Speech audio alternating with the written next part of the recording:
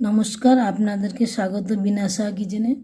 আজকে আমি আপনাদেরকে বানিয়ে দেখাবো ফুলকপি দিয়ে কই মাছের ঝোল কিংবা রসা। শীতকালে কই মাছ ফুলকপি দিয়ে কই মাছ খেতে ভীষণই ভালো লাগে। আর এই কই মাছ দিয়ে ফুলকপি রান্না আপনারা সবাই জানেন, তবু আমি কীরকমভাবে রান্না করে চলুন দেখা যাক রেসিপিটা। যদি আমার রেসিপিটা ভালো লাগে তাহলে অবশ্যই লাইক করবেন, শেয়ার করবেন, কমেন্ট করে জানাবেন কেমন হয়েছে। তবে আর বেশি দেরি না করে চলুন দেখা যাক। আজকে বানাবো কই মাছ দিয়ে ফুলকপি আলুর রসা বা ঝোল, যাই বলেন না কেন। এটার মধ্যে দিয়ে দিচ্ছি আমি পরিমাণ মতো লবণ, আর দিয়ে দিচ্ছি হাফ চামচের মতো হলুদ, আর দিয়ে দিচ্ছি 1 চামচের মতো সর্ষের তেল। এটাকে ভালো করে মাখিয়ে নিচ্ছি। মাখিয়ে আমি আধ ঘন্টা রেখে দেবো।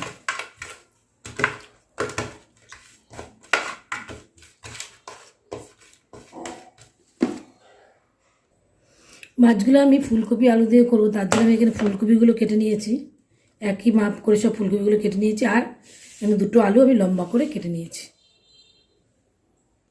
এবার এই ফুলকপিগুলোকে একটু ভাপিয়ে নেওয়ার জন্য একটা সসপ্যানে জল নিয়েছি, তার মধ্যে দিয়ে দিচ্ছি ফুলকপিগুলো। এগুলোকে আমি একটু 2-3 মিনিটের মতো একটু জলে সেদ্ধ করে নেব। দিয়ে দেবো অল্প করে লবণ,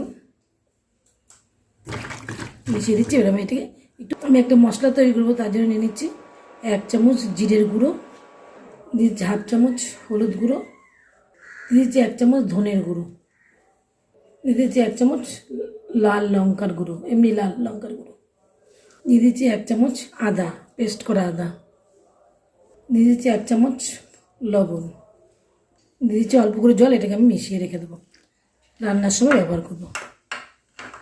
মিশিয়ে রেখে দিচ্ছি। আমি একটা গ্যাস ধরিয়ে কড়াই বসিয়ে দিয়েছি, দিয়ে দিচ্ছি পরিমাণ মতো তেল, 3-4 টেবিল চামচের মতো তেল দিয়ে দিলাম আমি। তেলটা গরম হয়ে গেছে। আমি প্রথমে এগুলোর মধ্যে ফুলকপিগুলোকে একটু হালকা লাল করে ভেজে নিচ্ছি।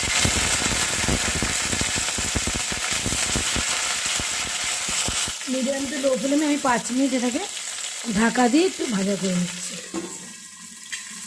5 মিনিট হয়ে গেছে, কপিগুলো দেখুন লাল লাল করে ভাজা হয়ে গেছে। এবার আমরা এগুলোকে নামিয়ে দেবো।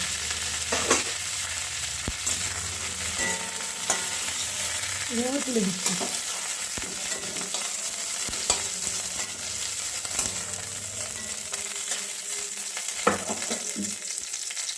আমি আর 2 টেবিল চামচ তেল দিয়ে দিচ্ছি। তেলটা গরম হলে আমি মাছগুলো ভেজে নেব। তেলটা গরম হয়ে গেছে, এবার মাছগুলো দিয়ে দিচ্ছি। যেহেতু আমি আগে কপিগুলো ভেজে নিয়েছি, কিন্তু তেলটা একদম পুরো ভালো গরম, আর নুন দেওয়ার কোনো দরকার নেই। মাছগুলো এমনি ভেজে নিচ্ছি, 4টে মাছ একসাথে ভেজে নিচ্ছি। 1 পিঠ ভাজা হয়ে গেছে, এবার আমরা এই মাছগুলোকে উল্টে দিচ্ছি।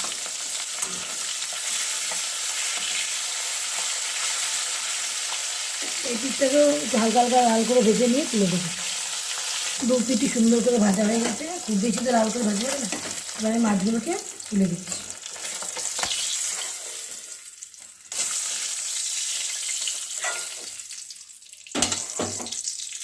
এই তেলের মধ্যে দিয়েছি একটা তেজপাতা ফোড়ন, আর দিয়েছি হাফ চামচের মতো গোটা সাদা জিরে। এগুলো আমি 30 সেকেন্ডের মধ্যে একটু 30 সেকেন্ডের মধ্যে একটু ভেজে নেব। এবার এটার মধ্যে আমি দিয়ে দিচ্ছি আলুগুলো।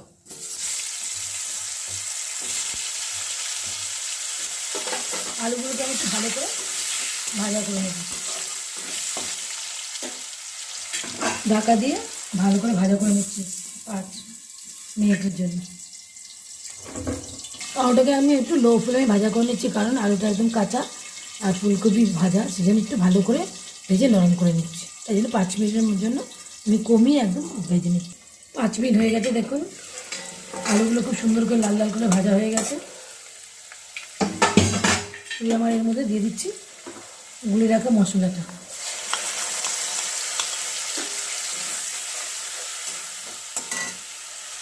আর দিয়ে দিচ্ছি একটা ছোটো করে কুচি করে টমেটো। এটাকে আমি ভালো করে কষিয়ে নেব। মশলার বাটি দিয়ে জলটাও দিয়ে দিচ্ছি, কারণ এখন আমার টমেটোগুলোকে ভালো করে কষিয়ে নিতে হবে। তার জন্য আমি এবারটাকে লো ফ্লেমে 5 মিনিটের জন্য কষিয়ে নেব।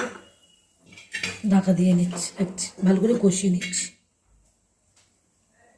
ঢাকাটা খুলে দিয়েছি। এবার আমি এর মধ্যে ফুলকপিগুলো দিয়ে একটু কষিয়ে নেব।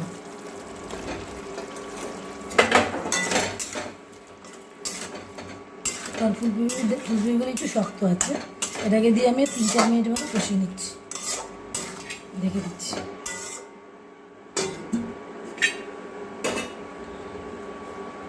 পাঁচ মিনিট হয়ে গেছে, দেখি এবার তুলে ঢাকাটা। দেখুন একদম মশলা কষে গেছে, টমেটোগুলোও গলে গেছে, ফুলকপিও সেদ্ধ হয়ে গেছে, মশলা থেকে তেল ছেড়ে দিয়েছে।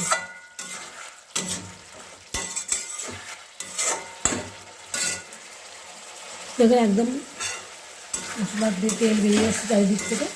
এবার আমি এর মধ্যে দিয়ে দিচ্ছি জল।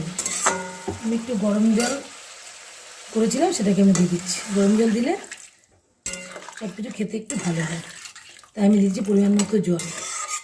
জল দিয়ে আমি একটু ভালো করে ফুটিয়ে নিচ্ছি, তারপরে আমি মাছগুলো দেবো। জলটা ফুটে গেলে তারপরে মাছ দিয়ে দেবো। জলটা ফুটে গেছে, আমি দিয়ে দিচ্ছি 2টো কাঁচা লঙ্কা, মাছগুলোকে দিয়ে দিচ্ছি। দিয়ে আমি এটাকে ঢেকে 3-4 মিনিটের মতো ফোটাবো। দিয়ে দিচ্ছি, 3-4 মিনিট পর ফিরে আসছি। 4 মিনিট হয়ে গেছে, দেখি তুলে এবার কীরকম সব সেদ্ধ হয়ে গেছে। দিয়ে দিচ্ছি অল্প একটু চিনি, যেহেতু টমেটো দিয়েছি তাই স্বাদ ব্যালেন্স করার জন্য চিনি দিলাম। এটাকে মিশিয়ে দিচ্ছি, নয়তো দাও কারোর পছন্দ না হলে সে দেবে না, দিলে একটু খেতে ভালো হয়। দিচ্ছি অল্প একটু গরম মশলা, এটাকে মিশিয়ে দিচ্ছি ভালো করে।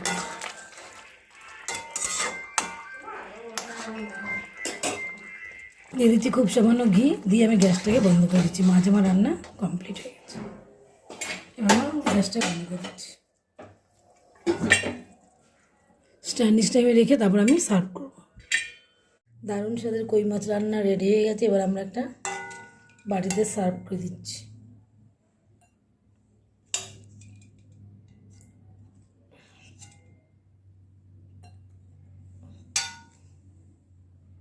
কত সুন্দর হয়েছে, খেতে অসাধারণ হবে। আমার এই রেসিপিটা যদি আপনাদের ভালো লাগে তাহলে অবশ্যই লাইক করবেন, শেয়ার করবেন, কমেন্ট করে জানাবেন কেমন হয়েছে। সাবস্ক্রাইব করবেন, পাশে থাকা বেল আইকনটা প্রেস করে দেবেন। আমি যখন নিত্য নতুন কোনো ভিডিও আপলোড করবো আপনাদের কাছে পৌঁছে যাবে। আজ এই পর্যন্ত, অন্য কোনো ভিডিও নিয়ে আপনাদের কাছে হাজির হয়ে যাব। ততদিন পর্যন্ত আপনারা ভালো থাকবেন, সুস্থ থাকবেন, বাই।